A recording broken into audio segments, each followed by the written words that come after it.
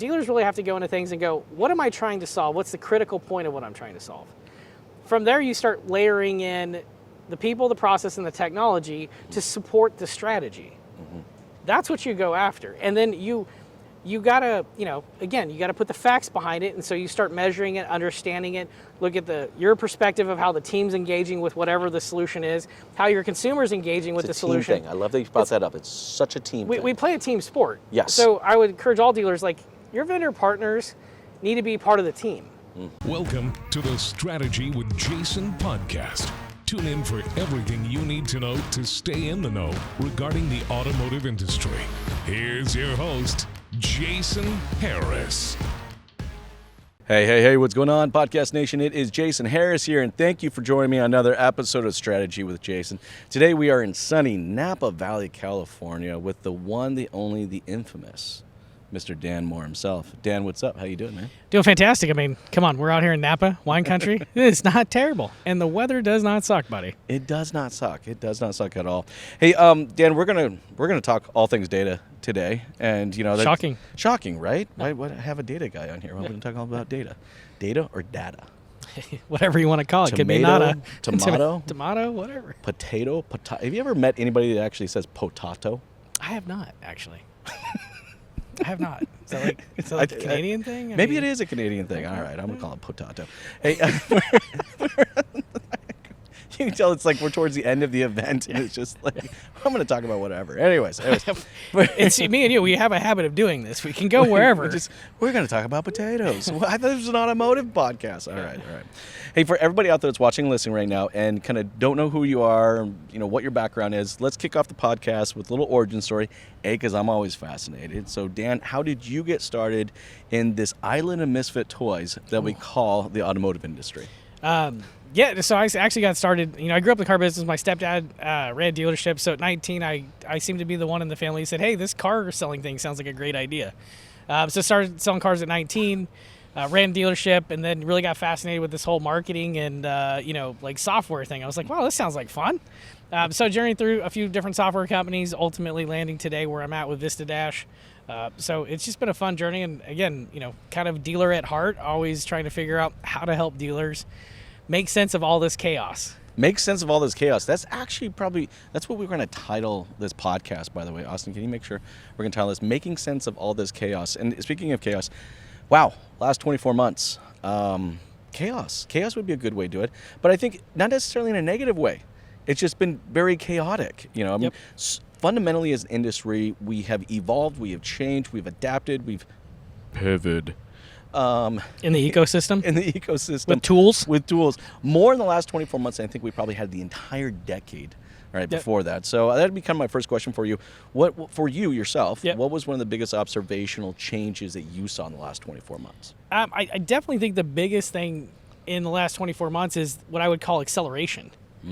When you think about the Carvanas and everybody's getting on this Carvana train, they're going to go under above.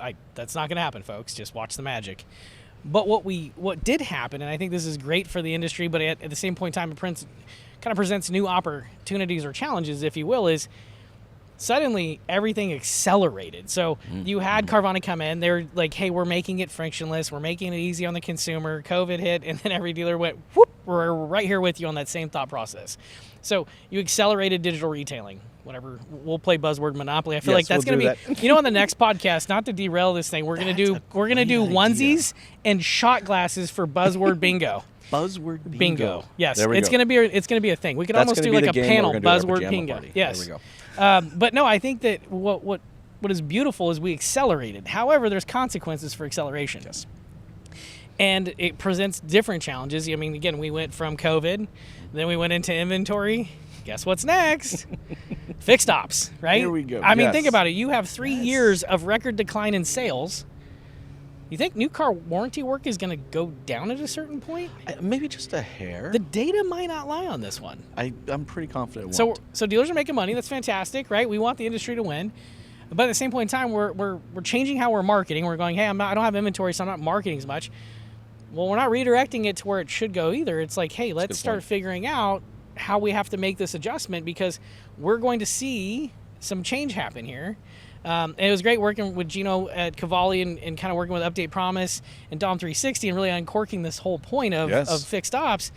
And I was like, Gino, there's a little nugget in here, buddy. Like, you're not even focused on new car warranty. You're trying to get this new attraction of just how you're approaching service. And he's like, yes. And I go, I don't think anybody's listening. No, but you're right. That's though. the magic. That's the swim lane nobody's paying attention to, because we're going to see this. And then again, we're going to react. Yes. But those like Gino that are like students in understanding what's going on with the data, right? Kind of facts, not feelings, start to figure out like, hey, let's make this pivot and adjustment. Let's get our processes and our people doing the right things. Yes. So that we're geared up. And then I turn my marketing loose. Then I do this. Then I measure it. Then I keep adjusting it. It's beautiful. And that is, it's that constant adjustment, right? I think a lot of times when we go through these, I guess, times of adversity, you know, like we went through the COVID, we went through the inventory, but you're 100% right. We're just going into another area of adversity. I mean, you just look at, same thing on the service side. I mean, you're going to have adversity in the sales and the service side. I mean, you're going to operate your business for 2 to 3 years with a sales team that is just processing transactions. They're not really selling anything. They're just like, do you want it? Yeah. It's right there. This is how much it is. You know, but it's the same thing in the service department. I mean, service is great right now, but it's going to fundamentally change. We've not focused on service acquisition. is struggling though too, because again, we can't get people. True. Oh yes, the people side. Oh my gosh, yes, 100%. Right. So trying to get talent. I mean, it's so interesting when you're getting faced with, I just call them seasons. You're coming into these different seasons and how you respond to them. And I tell dealers all the time, like, at the end of the day, you got to look at yourself as like, everything you're doing, you're like a race car. You're already fast. All you need to be focused on is what track are you getting set up for? And then what are the small adjustments that gain you incremental top performance? Meaning there's little tweaks. Everybody wants to go swing the bat. And it's like, stop swinging so hard.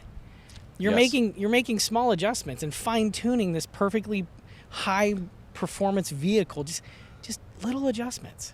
That's what it is. Look, there's nothing large here, right? No. But you're 100% little adjustments. I mean, how do you prepare the business for not having that new car servicing, right? Now, I guess on the other flip side, people are going to keep the cars longer because there's not a lot of inventory out there. Correct. So you're going to have more aged vehicles coming into the service department, which we all love. Right. Right? That's called acquisition. Yes. And then the other piece is you have independent service facilities, the Jiffy Lubes and so on, that have done a good job at building their organic presence, doing the paid search, setting the trap, if you will, to attract the customer.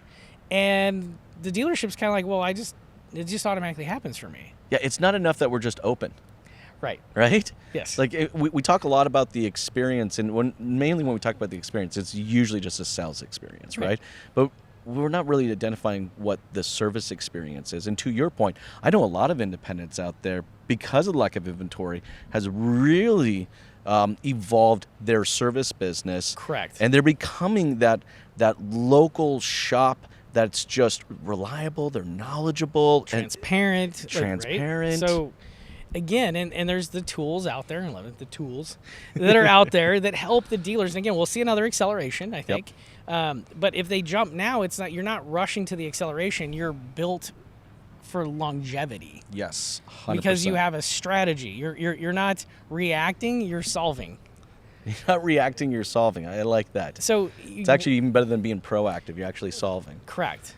So that's where we're at. Well, you know what? I'm thinking that's where we're at right now. And I think from a people, process, and technology perspective, if I'm a dealer right now, there's a lot coming at me. There's a lot coming at me right now. Yep. And I only have so much time I can really kind of allocate. There's only so many new processes I can develop. And there's only so many new technologies I can get myself involved in.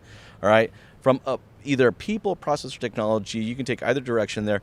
What do you think we really need to be focusing on right now? It's always going to start with people and process. Sure. You can buy all the technology. If you don't have the people and process, it's not going to work, right? Because you have to have adoption. So it starts with the people and process. I mean, heck, inside of VistaDash, when we look at all the marketing metrics, I get asked all the time, who should I fire? What's the biggest problem? I'm like, okay, well, here comes the truth serum. At the end of the day, I'm going to jump in here and I'm going to find out people and process are going to create better efficiency. And I bet you money, you're basically spending your way out of operational inefficiencies. spending your way out of art. Absolutely, man. Right. So that totally makes sense. So I'm thinking, I invest in my people and my process. To your point, it's really hard to find people right now. right. You know, it's difficult to get my current team even to follow and adopt even to new processes. All right, but even just acquiring new people into that space.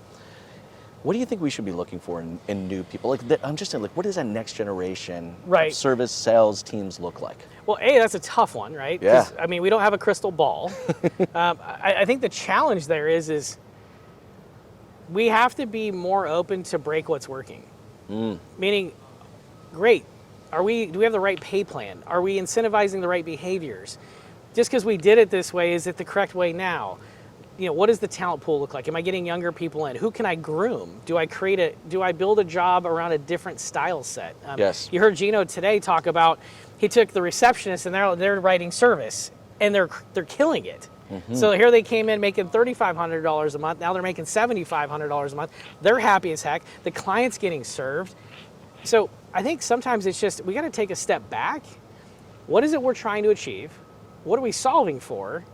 And if we're going down this road, how could we reinvent or reimagine what we're doing and then start taking little bites of the elephant and making the adjustments Yes. that make sense till we get to the end road, but stay committed to the outcome of, I'm trying to get here. I know I'm going to fail, but I'm going there, I'm gonna head and there. can I keep going? And then where do I need to make my adjustment? I think that's it. I can't sit here and say, hey, what does the best sales team look like? I'm not in their shoes right now. I'm just in the software side going, hey, this is 100%. fun. But I would say some of the things I've learned running software companies is you got to fail fast and fail often, and you can't be afraid to break it. Well, but I think we need kind of a North Star, right? Right. And then what I'm thinking of kind of the North Star is how we're kind of digesting our data. And Yes. and I feel like, and I'd love to get your thoughts on More this. fact, not feeling. Or not feeling. So not I think feeling. sometimes That's we look at right. That's data and we true. have That's true. feelings. We have feelings about it, right? We got to But remove the feelings. we got to digest it. Yes. We got to digest. That's a good point. Thank you for saying that, by the way. But how do we kind of make data kind of our North Star? I feel like this next kind of decade in the automotive industry is going to be kind of the decade of data consciousness. Yep. All right. I'm finding that, I mean, I consult with many, many dealerships across the country. Right. And they're just becoming so much more aware. Aware, but still don't necessarily know what's my North Star. Correct, because we don't have standardization. Everybody there we measures go. to a different ruler. So that's one. As an industry, we have to come together. We have to kind of set, hey, we can agree that this is the North Star. Yep. We can take some of the, fictional, fluffy, fantasy metrics out of the equation, get down to brass tacks. What are the metrics that puts everybody on an even playing field that dealers can measure to?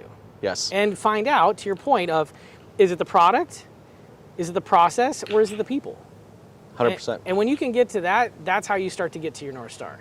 One thing I found kind of interesting right now is that because we're becoming more data conscious, all right, that we're looking for technologies to kind of identify our North Star. Right. And it was interesting being an NADA. It's like, this is like self-plugging right now. Like, Visidash.com, come on down. We'll show you what it looks like. but there's some truth to that, though. I know. There's some truth to it, right? Yeah. Is that And you're mentioning a big name. there's so many new technology companies. Correct. All right. NADA, I was there. I was just like, wow, holy cow. Everyone at the center of these new technologies is all about the data. Right. As a dealer, though, how do I know? Who do I work with? Right. How do I identify, the people that are not just selling me something, but they're selling me something because they're going to help support me in identifying what my North Star is? Yeah, no, it starts with NADA. Yep. And so, obviously excited to announce that we're powering their digital composite and standardizing the data for dealers and working with them to put that standard in the market and say, hey, let's get a North Star that makes sense, that's actionable, and that dealers can make better decisions on. So for a lot of the dealers that are in the NADA 20 group, you're going to start seeing this new composite, and I think you're going to see actionable data that really helps them make sense, just like a financial composite. Pretty easy with a financial composite. Yes. You made money or you didn't make money, right? Well, digital's always been kind of this like, Skittles here and unicorns, and I feel like, I could argue that point, and I could argue that point. So, well, I can to make your the point, story tell me whatever I needed to say. Correct. I can make the So to data your tell me point, whatever I wanted to say. we deliver a North Star. There we go. I'm excited. Having fun, buddy.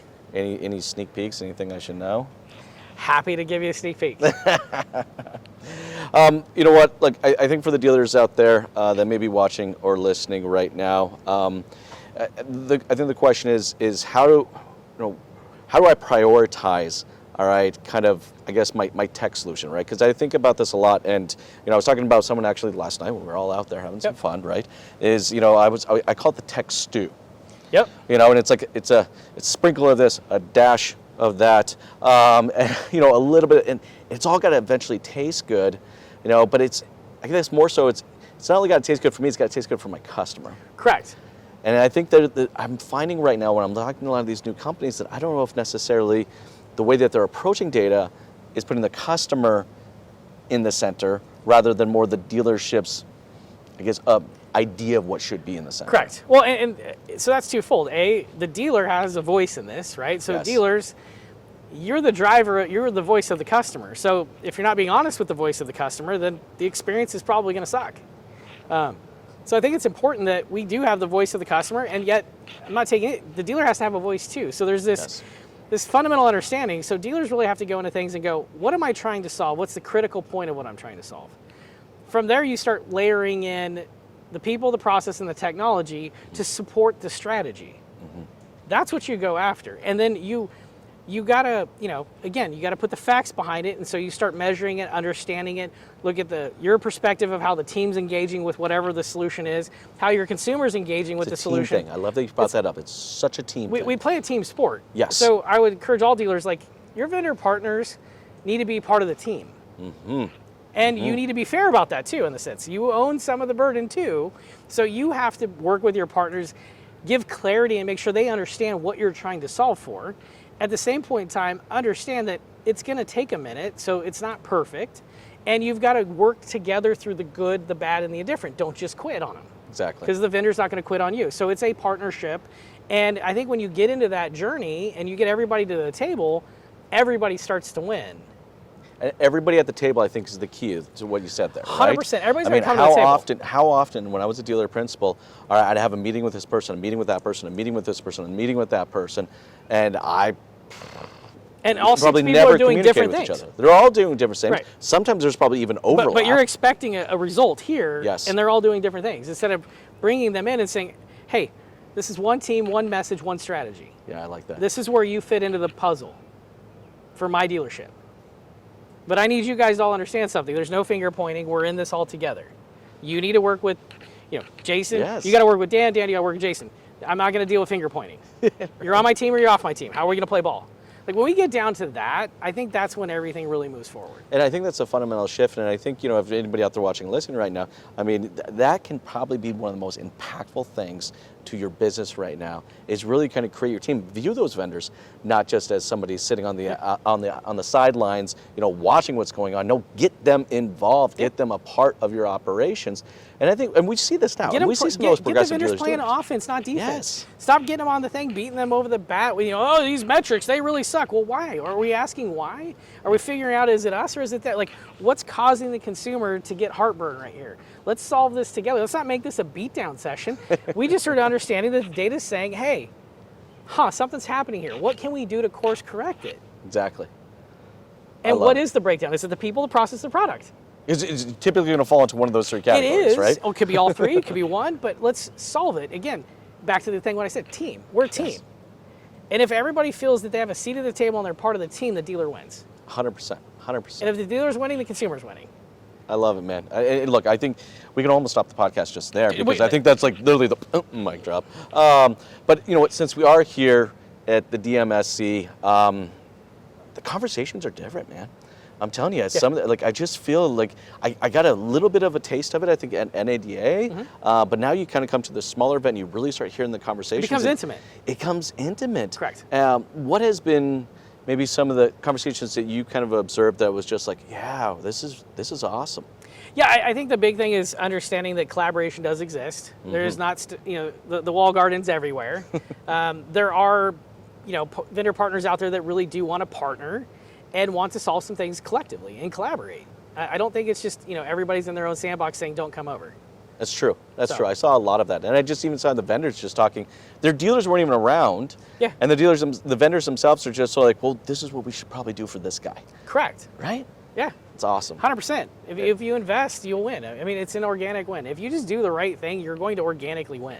Well, and that's why I love coming out to events like this. And you know, Glenn and Brian always put a good event on, and when you attach wine We to figure it, this has there's- probably been, I don't know how many, like over a decade of this event. I know, I've been man. to. Like You're I the was at OG. like I think one of the number one and number two. So yeah, I remember this way back in the day. That's awesome. I'm aging out, guys. And I know we're towards the tail end of our time, Yep. but for everybody out there that's watching and listening right now and would maybe like to connect with you and find out even more about what Vista Dash does, what's the best way to do so? Vistadash.com if you want to know more about us. If you want to reach out to me direct, Dan at Vistadash.com. Always happy to help. If you got questions about your digital marketing, just want to, kind of pick my brain, happy to help in any way. Again, I serve the industry and I serve you, so happy to have a conversation. Dude, thank you so much, man. Always this was a a lot pleasure, of fun. man. Always a pleasure. Thank you. Thanks for tuning in to the Strategy with Jason podcast with your host, Jason Harris. Don't want to miss new content? Be sure to check out the full podcast library at strategywithjason.com to stay in the know. Remember to like, comment, and subscribe. Happy podcasting.